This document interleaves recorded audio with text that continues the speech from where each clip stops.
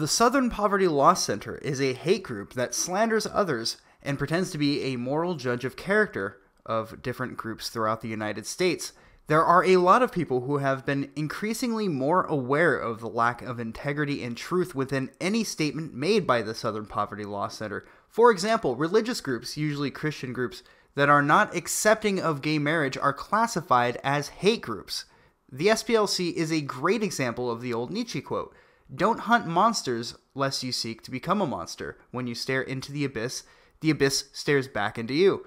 I always took this to mean that if you fight for something for too long, you will become exactly what you hate.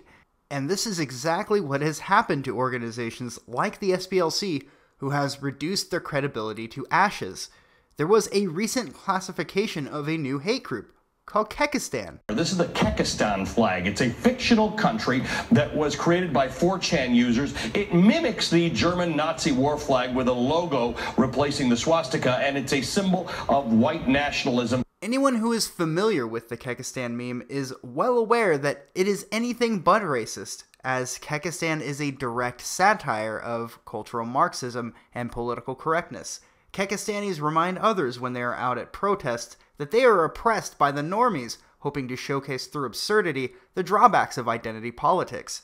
The backstory with the frog deity Kek, among other details, exists as an amusing ruse to expand the storytelling. But just when I thought that the meme had run its course... We're gonna get kicked out. I'm very confused with my parents.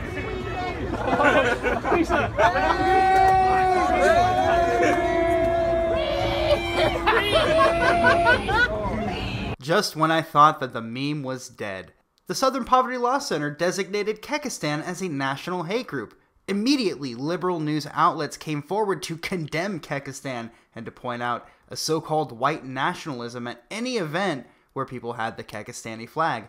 The Bike Lock Bandit, otherwise known as Eric Clanton, claims that the flying of the Kekistani flag, or rather his lawyer claimed, was one of the hateful things that he saw that motivated him to smash an innocent person over the head with a large object. This was before the Southern Poverty Law Center had designated the Kekistan flag as a hate symbol, so it was even more amusing then.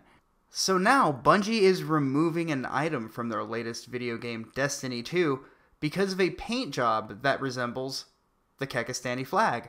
Just like with Pepe and just like with the OK hand gesture, something that is in no way related to racism and hate is associated with it because of an organization like the Southern Poverty Law Center or the Anti-Defamation League in regards to Pepe.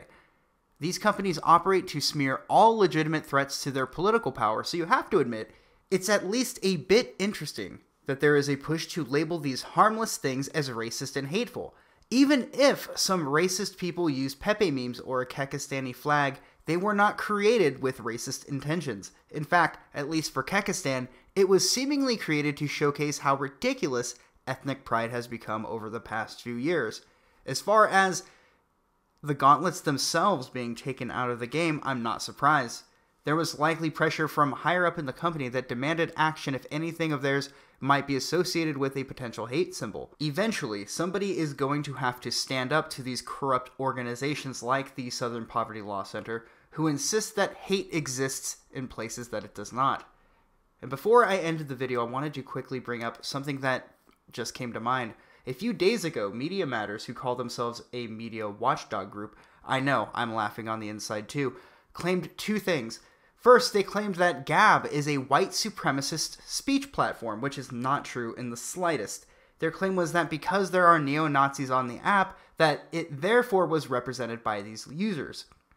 Can the same argument be applied to Reddit, YouTube, Twitter? Are these all white supremacist organizations now? The next thing was that Tucker Carlson was a white supremacist enabler because he allowed the CEO of Gab on his show to talk about the recent slander and libel against him. This libel and slander had to do with him being called a white supremacist. These people either lack a sense of irony, or perhaps they lack having any sense at all. It is now considered a sign of being racist, or maybe even a Nazi, if you say that you aren't racist. What does that tell you?